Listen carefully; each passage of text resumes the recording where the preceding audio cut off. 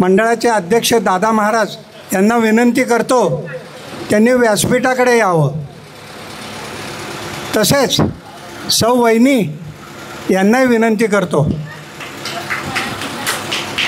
दादा वहिनी, तसेच स्वामी मार्गातील ज्येष्ठ अधिकारी नगरकर काका, आपल्या मंडळाचे संस्थापक सदस्य PR कुलकर्णी काका, मंडळाचे आधारस्तंभ दिनेशजी हल्ल्याळ काका, सर्वांचं स्वागत आहे. आज गुरुवार. आजच्या आरतीचे आणि महाप्रसादाचे 2 मानकरी आहेत. मी एकेकाचा परिचय करून देतो. ज्याचा परिचय करून देईल त्यांच्या कुटुंबाने इथे यायचं, सत्कार घ्यायचा. सर्वप्रथम श्री निलेश सुरेश पाचंगे आणि त्यांचं कुटुंब.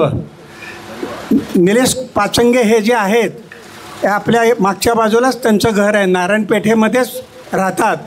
पण आता त्यांच्या घरातला व्याप वाढल्यामुळे ते आता सिंहगड रोडला राहतात. आजचा जो त्यांनी प्रसादाचा मानस व्यक्त केला होता, त्यांच्या आई पूर्वी इथे आपल्या मंदिरात यायच्या. त्यांच्या आईची इच्छा होती की स्वामींना प्रसाद करावा, त्यामुळे आज त्यांनी हा योग आणलेला आहे.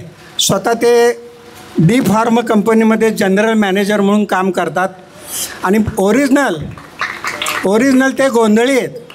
गोंधळ म्हणजे आपल्याला माहिती आहे, देवीचा गोंधळ वगैरे. बरेच वर्षापासून आता नोकरीच्या व्यापामुळे त्यांना जमत नाही. तर असं हे सगळं पाचंगे कुटुंबीय आहे. तर मी त्यांना विनंती करतो व्यासपीठाकडं त्यांनी यावं. श्री स्वामी समर्थ महाराज की जय. आपले दुसरे जे मानकरी आहेत हे आपले जुने सेवेकरी आहेत. श्री राहुल धुमाळ, विश्वेश्वर सहकारी बँकेत ते कामाला असतात. अजून त्यांची ड्युटी संपायची आलेले नाहीत, पण त्यांची आई, त्यांची नात मला वाटतं ते आहेत दोघं-तिघं. तर हे धुमाळ कुटुंब जे आहेत हे पूर्ण फॅमिली स्वामी सेवेत आहे. ह्या मंडळामध्ये जी काय स्वामींची सेवा असेल प्रत्येक सेवेमध्ये ते सहभाग घेतात. मग ते अन्नदान असो, पालखी सोहळा असो, कुठलीही सेवा असो, त्या ह्याच्यामध्ये ते सहयोग देतात. मधनं स्वामींना अन्नदानाच्या ह्याच्यात ते सहयोग देतात. आज आपल्या माहिती आहे सगळ्या पुणेकरांना पाणी येणार नाही वगैरे बातमी होती. आज त्यांनी अन्नदानाबरोबर सगळ्यांना पाण्याच्या बाटल्या आज त्यांनी घेऊन आलेले आहेत. हां, तर असं हे कुटुंब आहे. तर मी त्यांनाही विनंती करतो त्यांनी दादांच्याकडनं सत्कार करावा. श्री स्वामी समर्थ महाराज की जय. आजच्या अन्नदानाचे जे आपले पाचंगे साहेब आहेत त्यांना मी विनंती करतो 2 शब्द त्यांनी बोलावे.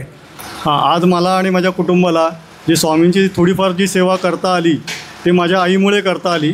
कारण माझी आई एक मागच्या वर्षी आजारी होती आणि ती ICUमध्ये ॲडमिट होती. आणि तिथनं ती मरणाच्या दारातून जी बाहेर आली आणि तिने अशी इच्छा व्यक्त केली होती की माझ्याकडनं एकदा तरी स्वामींचा असा भंडारा व्हावा. तर तिच्या ह्याच्यामुळेच आम्हाला आज ही सेवा करायचा आम्हाला जो मान मिळाला त्याबद्दल मी आणि माझं कुटुंब या स्वामीचरणी लीन आहोत. आणि त्यासाठी जोशी काकांची पण आम्हाला खूप मदत झाली. आणि ह्याच्यापुढे पण माझ्याकडनं आणि माझ्या कुटुंबाकडनं जी काही सेवा करू शकू आम्ही ती आम्ही आयुष्यभर करतच राहू, ही स्वामीचरणी माझी प्रार्थना.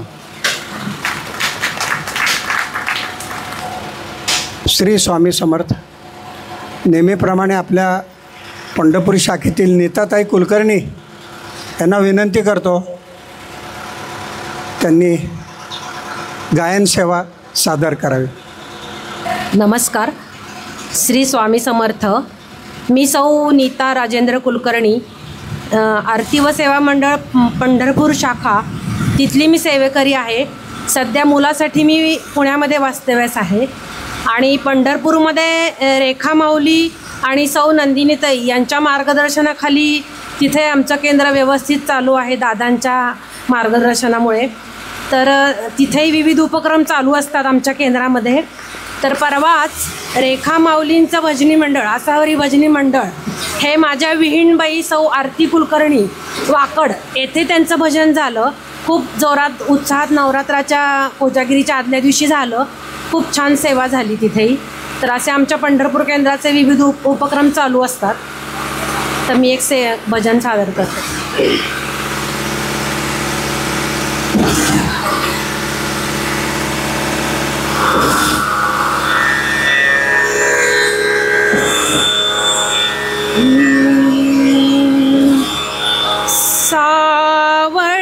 सुंदर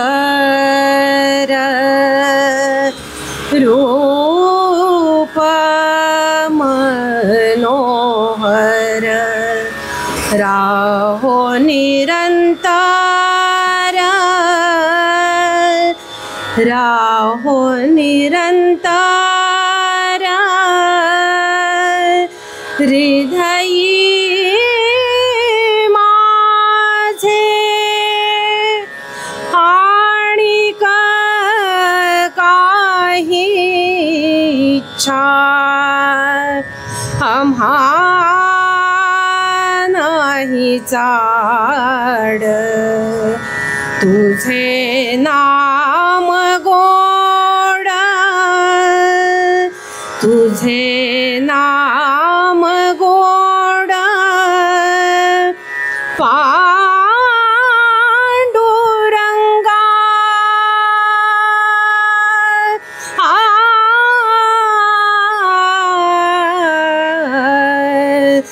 विष्णुमय जग विष्णुमय जग वैष्णवांचा धर्म भेदा भेद भ्रम भेदा भेद भ्रम मंगळ विष्णुमय जग विष्णुमय जग आई काजी तुम्ही भक्त भागवत आई काजी तुम्ही भक्त भागवत कराल ते हित कराल ते हित सत्य करा विष्णुमय जग विष्णुमय जग विष्णुमय जग विष्णुमय जग विष्णुमय जग कोण्याही जीवाचा न घडो मत्सर कोण्याही जीवाचा न घडो मत्सर वर्म सर्वेश्वर पूजनाचे वर्म सर्वेश्वर पूजनाचे विष्णुमय जग विष्णुमय जग तुका म्हणे का देहाचे अवयव तुका म्हणे का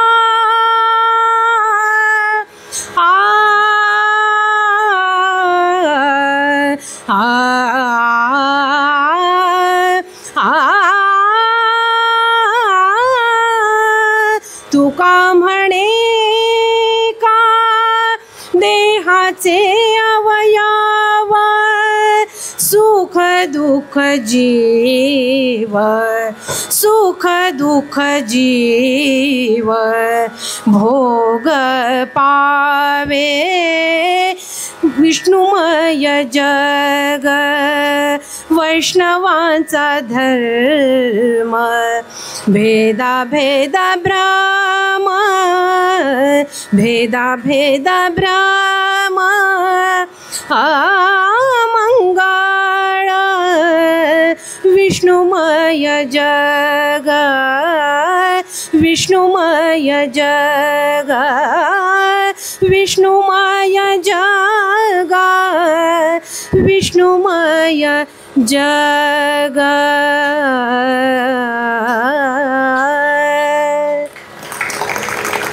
फारच छान नेताताई. आता आपल्या स्वामी परिवारात एक 5-6 महिन्यापूर्वीपासूनच नव्याने एक युवा सेवेकरी सामील झालेले आहेत जाधव म्हणून. त्या जाधवांचा छोटा मुलगा सूर्यांश जाधव तारक मंत्र म्हणणार आहे. मी त्याला त्याच्या वडिलांना घेऊन यायला विनंती करतो. टाळ्या वाजवा, अगदी बाल सेवेकरी आहे. गुरुर्ब्रह्मा गुरुर्विष्णू गुरुर्देव महेश्वरा गुरुर साक्षात परब्रह्म तस्मै श्री गुरुवे नमः. श्री गुरु दत्तात्रेय नमः. श्री स्वामी समर्थ महाराज की जय. निशंक निभो मनारे प्रचंड स्वामी बल पाठीशी अतर्क अवधूत स्मरगाम्य शक्य करतील स्वामी. जिथे स्वामी चरण तिथे घेऊन काय स्वय भक्त परारब्ध बरवी हिमाय. आज्ञावन काल ही नवी त्याला पल्लवी न बेती त्याला. काची येतो से भय पलू दे जवळ उदे स्वामी शक्ती करू दे. जवळ जंग बट्टू असे केले त्यांचा नको गावरू तर असी बाला त्यांचा. खरा विजावा श्रद्धे सहित कासा होसी तेव्हा तू स्वामी भक्त. तिथे दाद बोल त्यांनी साथ नकडे गुमगु स्वामी देते न साथ. मी भूती नामध्ये नादिकीत स्वामींच्या प्रांच्या अमृतात हे तीर्थ बेरे आत वेरे प्रतिदे सोरेका स्वामी घे हाती. श्री स्वामी समर्थ.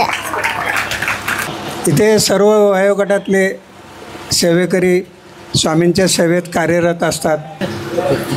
आता पुढील सूत्र मी हल्याळ्यान यांच्याकडे देत आहे. सध्या वातावरण खूप चांगलं आहे. आज खरं सकाळी बातम्यामध्ये सांगितलं होतं, काल आपण बघितलं जोरदार पाऊस पडला आणि आज सकाळी 7च्या बातम्यावरही सांगितलं होतं की आज दुपारनंतर मुसळधार पाऊस पडेल. तर मुसळधार पाऊस पडला का नाही ते माहीत नाही, इकडं तिकडं पडला असेल, पण इथं टाळ्यांचा पाऊस मात्र नक्की पडला. अशी ही स्वामींची लीला इथं आगाध आहे. अशी लीला दर गुरुवारी आम्हाला बघायला मिळते. या गुरुवारी असं हे होतं की पाणी गेलेलं आहे.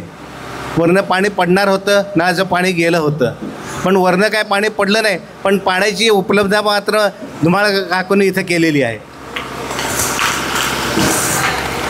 श्री स्वामी समर्थ. आता आपण सगळेजण वाट पाहत आहोत ती सद्गुरूंच्या अमृतवाणीची.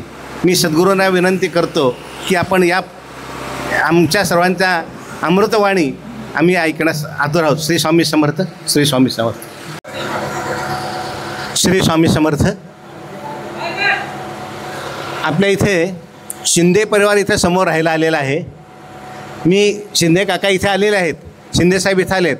शिंदे ताईंना मी इथं आमंत्रित करतो आणि ते ताई माऊनींना तुळस इथं अर्पण करणार आहेत, तुळशीचं रोप देणार आहेत. तुळस, आता तुळशीचं लग्न जवळच आलेलं आहे, त्यामुळे प्रत्येकजण आता तुळशीची काळजी करावी. आपली तुळशी व्यवस्थित आहे का नाही, लग्न व्यवस्थित व्हावं. ताईंना मी इथं आमंत्रित करतो, शिंदे ताईंना. आपण त्यांचं टाळ्यांच्या गजरात स्वागत करूया. इथे टाळ्यांच्या गजर जोरात व्हायला पाहिजे. श्री स्वामी समर्थ महाराज की जय. श्री स्वामी समर्थ. आपण सामुदायिक जप पहिला घेऊ. इच्छित दाता सकल कार्य सिद्ध करता सकल दुःख हरता श्री स्वामी समर्थ नमो नमः स्वाहा. इच्छित दाता सकल कार्य सिद्ध करता सकल दुःख हरता श्री स्वामी समर्थ नमो नमः स्वाहा. इच्छित दाता सकल कार्य सिद्ध करता सकल दुःख हरता श्री स्वामी समर्थ नमो नमः स्वाहा. इच्छित दाता सकल कार्य सिद्ध करता सकल दुःख हरता श्री स्वामी समर्थ नमो नमः स्वाहा. इच्छित दाता सकल कार्य सिद्ध करता सकल दुःख हरता श्री स्वामी समर्थ नमो नमः स्वाहा. इच्छित दाता सकल कार्य सिद्ध करता सकल दुःख हरता श्री स्वामी समर्थ नमो नमः स्वाहा. इच्छित दाता सकल कार्य सिद्ध करता सकल दुःख हरता श्री स्वामी समर्थ नमो नमः स्वाहा. इच्छित दाता सकल कार्य सिद्ध करता सकल दुःख हरता श्री स्वामी समर्थ नमो नमः स्वाहा.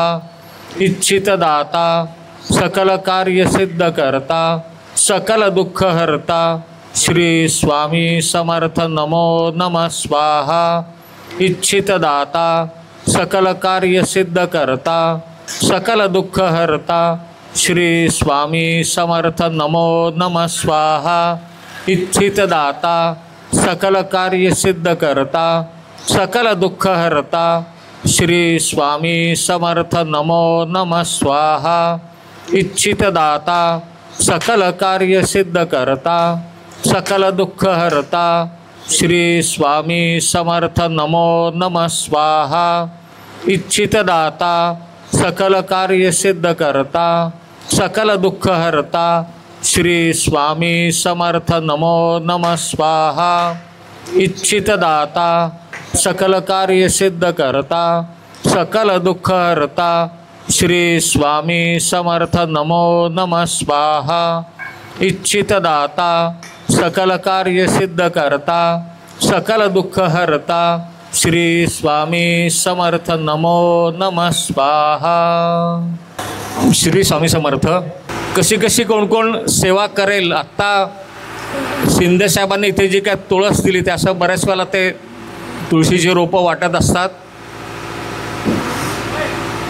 वेगवेगळ्या प्रकारची सेवा. आता हा पाचंगे परिवार जो इथे बसला त्यांनी आज अन्नदानाची सेवा केली. किंवा धुमाळ परिवार इथे दर गुरुवारी जी सेवा करतात अन्नदान सेवेमध्ये सुद्धा ते आत्ता सहभागी आहेत.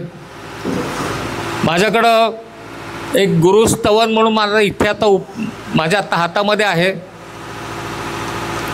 स्वामींचे जे शिष्य होते आनंदनाथ महाराज ज्यांनी वेंगुर्ल्याला समाधी घेतली आणि महाराजांनी त्यांना स्वतःच्या तोंडातनं आत्मलिंग पादुका त्यांना दिल्या होत्या.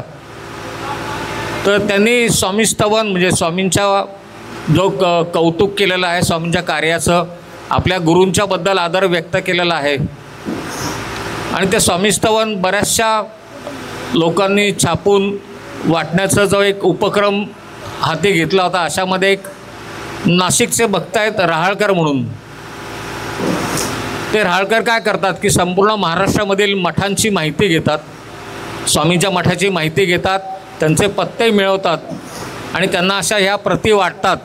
त्याच्यामध्ये रहाळकरांचं कुठेही नाव उल्लेख काही नाही आहे. त्यांनी स्वतः हे त्या गायून त्याच्यासुद्धा रेकॉर्ड तयार केलेला आहे. त्या आपल्या मोबाईलवरती ते सुद्धा ते पाठवतात. आणि कसं करतात की फक्त गुरुसेवा गुरूंची सेवा म्हणून ते करत आहेत सगळं. म्हणजे असे सुद्धा भक्त आहेत की कुठेही नाव नको कुठल्याही प्रकारे प्रसिद्धी नको असे भक्तसुद्धा महाराजांनी ह्या मार्गामध्ये त्यांना आणलेलं आहे आणि त्यांच्या पद्धतीने ते सेवा करत आहेत. आरतीमध्ये आपल्या किती लोकांचं लक्ष होतं. आरतीमध्ये का त्या आवाजाकडं लक्ष होतं. आरतीकडंच लक्ष होतं. असंच पाहिजे. बाहेर किती काही गोंगाट झाला जेव्हा आपण साधना करतो बऱ्याचशा लोकांचं असं असतं की जपाला बसले आहेत घरामध्ये काय बडबड सुरू आहे तिकडं पण लक्ष असतं. बोटांनी जप सुरू असं कोण काय बोलत असेल त्याला हे मध्येच उत्तर देतात. हां बोडस काका बघा लगेच समोर उदाहरण आलं. ते मी फक्त बोलायचा अवकाश समोर उदाहरण आलं. काकूंनीच सांगितलेलं आहे ते. जपामध्ये लक्ष नाही घरात काय चालू आहे तिकडं लक्ष आहे. आता स्वतः एवढी पत्नीच सांगते म्हटलं हे नक्कीच खरं असणार. तरी पण एकदा जोरदार टाळ्या. बोडस काकांच्या करता ते दर गुरुवारी नियमितपणे इथं स्वामींच्या करता विडा घेऊन येतात. ही सुद्धा एक प्रकारे सेवाच आहे. असं तर सांगण्याचं तात्पर्य असं की एक मागे मी गोष्ट मी स्वतःच सांगितली होती पण मला आता एकदा परत आठवली होती. घटना हे चित्रपटसृष्टीशी संबंधित आहे. चित्रपटसृष्टीमध्ये जे गेली अनेक वर्ष म्हणजे मला वाटतं 50-एक वर्ष शहेनशाह ह्या नावाने किंवा जे गाजवत आहेत ज्यांचं साम्राज्य अजूनही आहे असे श्रीयुत अमिताभ बच्चन त्यांचा वाढदिवस आता परवाच्या दिवशी 11 तारखेला त्यांच्या संदर्भात सांगितलेली एक गोष्ट तेवढेच ताकदीचे अभिनेते अनुपम खेर यांनी. अनुपम खेर आणि अमिताभ बच्चन यांचा पहिला सिनेमा आखरी रास्ता त्या सिनेमाचं चित्रीकरण सुरू होतं बेंगलोरमध्ये आणि बेंगलोरमध्ये उन्हाळ्याचे दिवस होते. सेटवरती अनुपम खेर प्रत्येकाला कसं असतं की त्या अभिनेती कोण असेल त्या दर्जाचं त्यांना ती वागणूक दिली जाते, त्या दर्जाच्या त्याप्रमाणे खोल्या दिल्या जातात.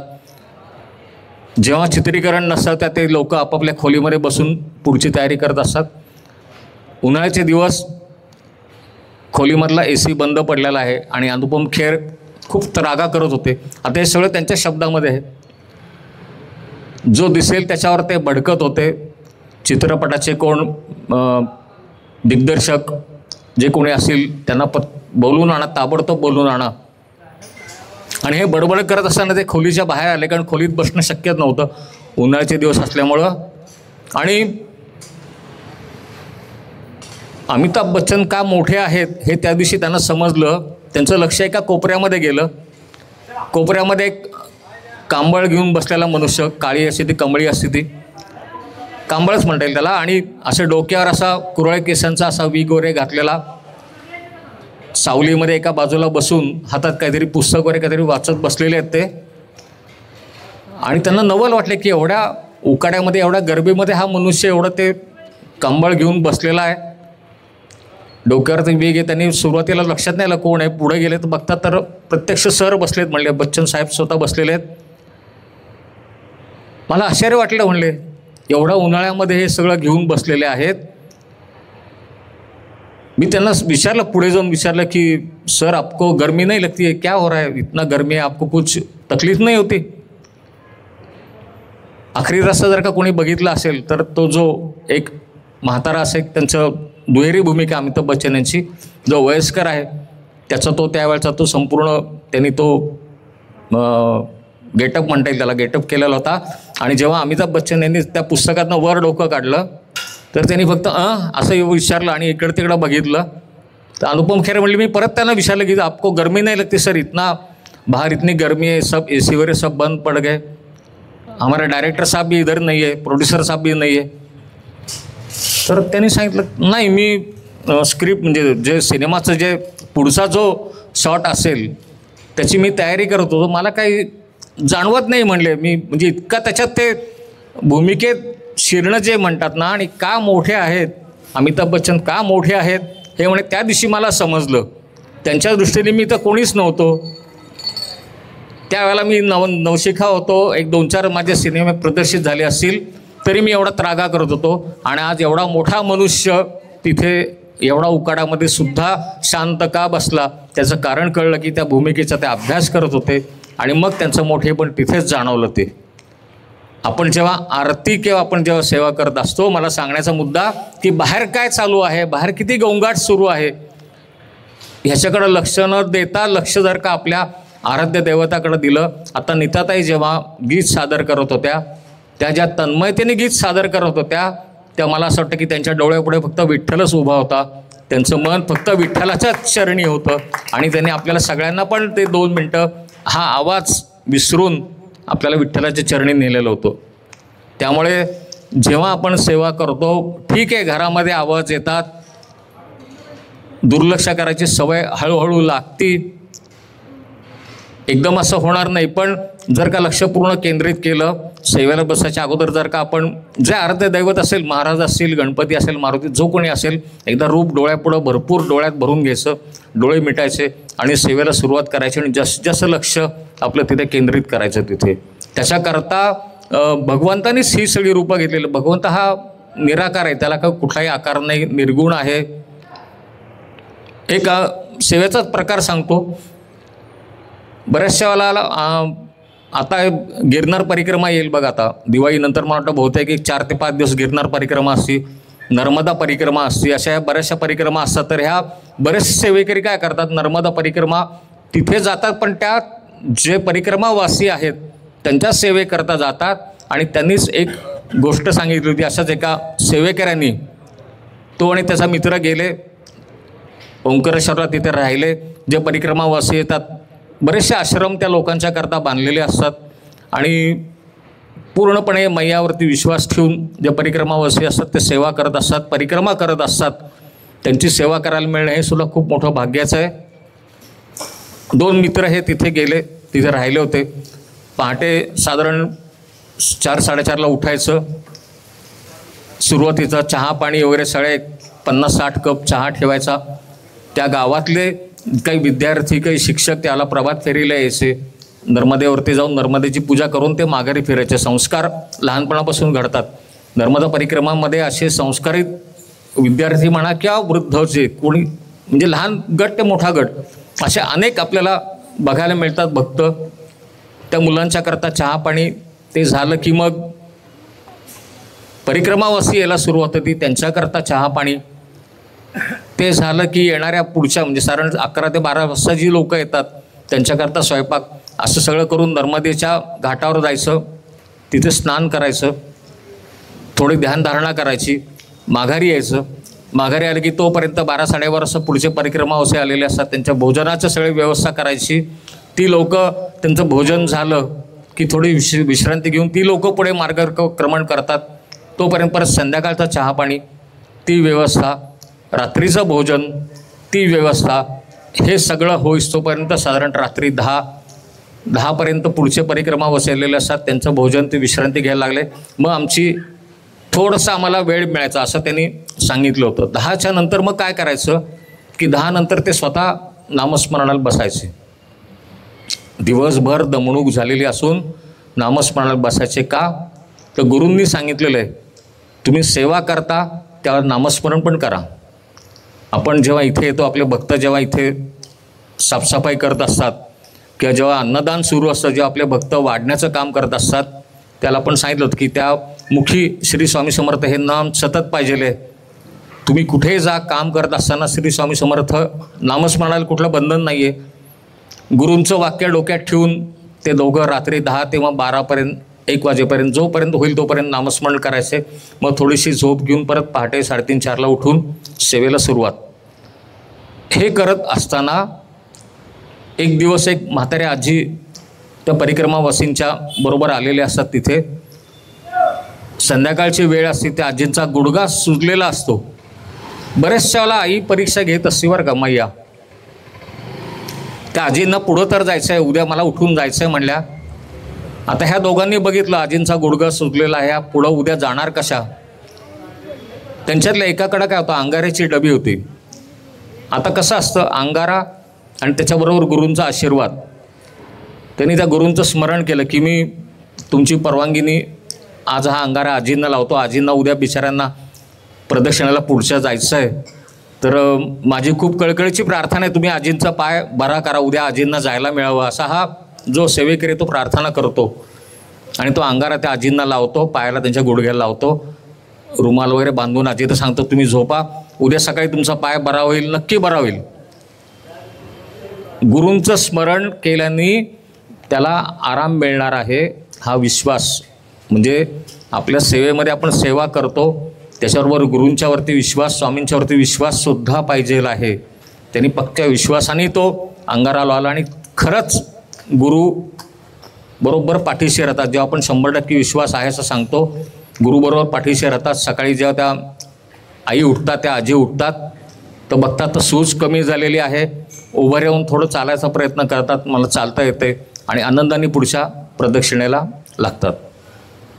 आता हे सगळं दिनचर्या यांची आटपून साधारण दुपारी 11-11:30 वाजता हे दोघं परत स्नानाला जातात.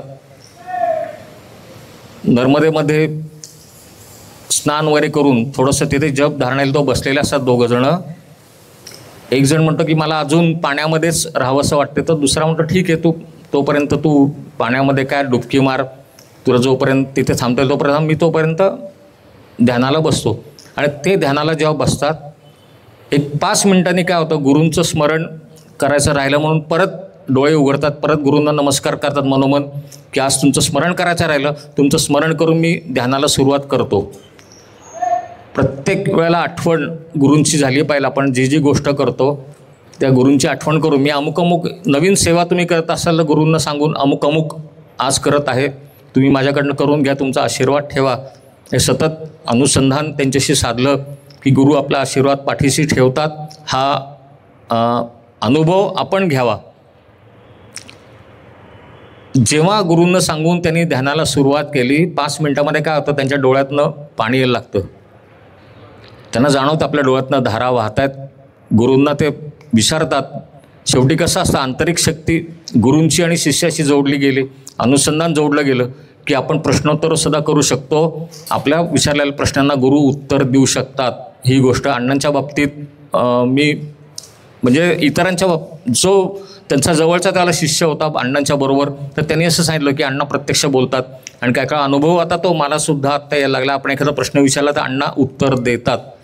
त्याप्रमाणे त्या गुरूंनी त्यांना उत्तर सांगितलं की तुझ्या डोळ्यातनं पाणी येते, तू ते पाणी पूस आणि डोळे उघडून समोर बघ काय दिसतंय तुला. आणि जेव्हा डोळे उघडून तो समोर बघतो ते नर्मदेचे जे पात्र असतं, अथांग प्रचंड मोठं पात्र, दुथडी भरून वाहणारं, त्या पात्रामध्येच भोवरा तयार झालेला आहे. अचानक इतका जोरात तो भोवरा फिरतोय आणि तो जो भोवरा फिरत असताना त्या पाण्याच्या पृष्ठभागावरती एक वेगळाच कुठला तरी प्राणी असा आलेला आहे आणि त्या प्राण्यावर एक देवी बसलेली आहे. पांढरी शुभ्र साडी नेसलेली आहे, केस मोकळे सोडलेले आहेत आणि त्या देवीचा चेहरा तो म्हणतो आपण बघितलं आहे. माते कोण आपण? तर ती सांगते मी प्रत्यक्ष अरे आईच आहे, मैयाच आहे. म्हणली मी नर्मदा माई आहे, तुमच्या सेवेवरती मी प्रसन्न झाले, तुमची सेवा मला मिळालेली आहे. हे सगळं सांगितल्यानंतर जो पाण्यामध्ये त्याचा मित्र जो पोहत बसलेला असतो तो म्हणतो हा बोलतोय कोणाशी? तो बाहेर येतो, त्याला जागा करतो. तो म्हणतो तू कोणाशी बोलतोयस? तो म्हणतो अरे समोर बघ. म्हणतो काय कोण दिसतंय? म्हटला केवढी तेजस्वी ती स्त्री आहे, कोण आहे ती, कुठला प्राणी आहे, काही कळत नाही कोण आहे ती. तो मागे वळून बघतो मित्र, तर मागे काहीच नाही. भोवरा तर दिसतोय, प्रचंड भोवरा. तो म्हणतो हा भोवरा काल नव्हता, कालपर्यंत नव्हता, आपण 5-6 दिवस झाले इथं सेवा करतोय, भोवरा नाही आहे, आत्ता हा भोवरा कुठून दिसतोय? तो म्हणतो भोवऱ्यावरती अमुक त्या कुठला प्राणी होता माहिती नाही, पण ती स्त्री जी कोणी होती दैवी समान दिसत होती, तेजस्वी दिसत होती, पांढरी साडी नेसलेली होती, केस मोकळे सोडलेले होते, ते तेज.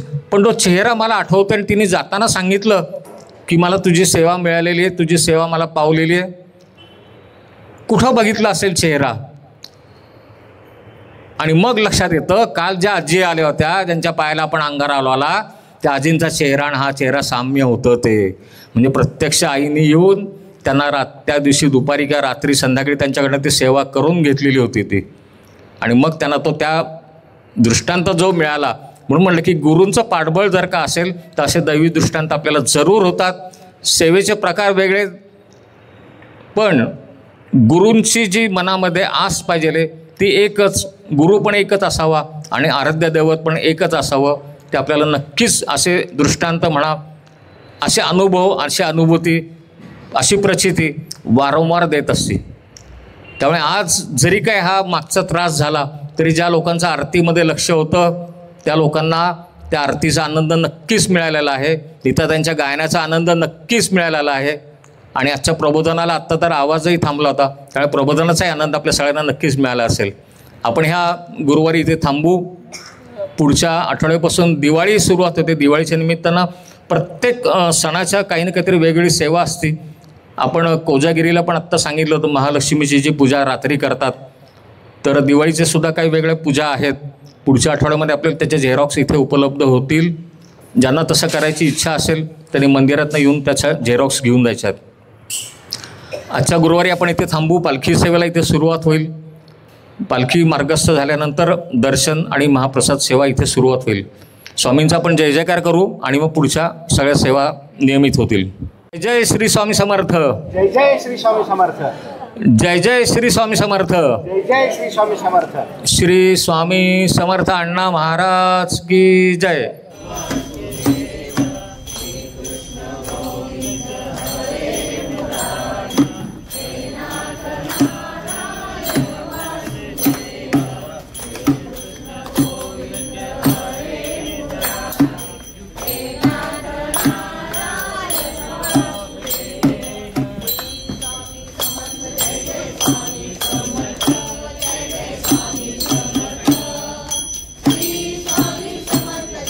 स्वामी